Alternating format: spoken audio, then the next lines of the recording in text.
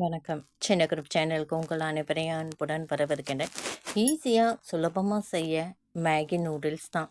ஆனால் மேகி நூடுல்ஸை இப்படி கொஞ்சம் மாற்றி செய்யலாமே. ஆமாங்க, குடமிளகாவை பொடியை கட் பண்ணியாச்சு, கேரட்டை பொடியை கட் பண்ணியாச்சு, சோயா ஒரு கை எடுத்தாச்சு, சோயா சங்குன்றதை.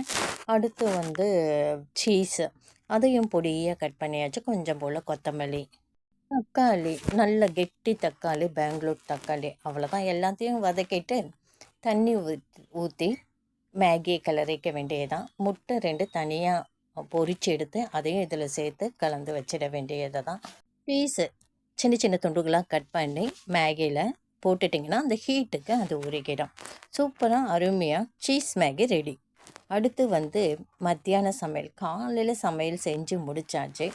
மத்தியானத்துக்கு புதினா சாதம், உதிரியாக புதினா சாதம். நிறைய பேருக்கு பிகினர்ஸ்க்கு பாசுமதி ரைஸில் நம்ம புதினா சாதம் ஆகட்டும், வெஜிடபிள் ரைஸ் ஆகட்டும், தேங்காய் பால் சாதம் எதாக இருந்தாலும் உதிரியாக இருந்தால் அது டேஸ்ட்டே தனி.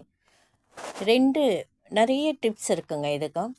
1 டம்ளர் பாசுமதி ரைஸ்க்கு 1.5 டம்ளர் நீங்கள் தண்ணி விட்டிங்கன்னா நல்லா உதிரியாக பொலன்னு வரும். அதே மாதிரி அரிசியை நீங்கள் ஒரு 5 மினிட்ஸ் 5 நிமிடங்கள் ஊற வச்சு எடுத்தீங்கன்னா குழையாத சாதம். ரொம்ப நேரம் ஊற வச்சு கொஞ்சம் தண்ணி கூடினா கூட சாதம் குழைவாக இருந்துடும். அப்புறம் பிரியாணி சாப்பிடவே முடியாது. அடுத்து அரிசி ரொம்ப நேரம் ஊற வச்சிட்டிங்கன்னா தண்ணியை கண்டிப்பாக கொஞ்சம் 1.5 கிளாஸ்னால் அதுக்கு கொஞ்சம் கம்மி பண்ணி நீங்கள் தண்ணி விடலாம். சிலவங்க 1 டம்ளருக்கு 3/4 டம்ளர் கூட தண்ணி விடுறாங்க. ஆனால் 1 டம்ளர் அரிசிக்கு 1.5 டம்ளர் தண்ணி கண்டிப்பாக சரியாக இருக்குங்க. நீங்கள் ட்ரை பண்ணி பாருங்கள். கண்டிப்பாக உதிரியாக பிரியாணியோ தேங்காய் சாதமோ புதினா சாதமோ நம்ம பண்ணிடலாம். அதே மாதிரி நம்ம தாளிக்கும் போது நெய்யே ஃபுல்லாக விடாதீங்க. நெய் ஈவனாக நீங்கள் ரீஃபைன் ஆயில் சேர்த்துக்கோங்க.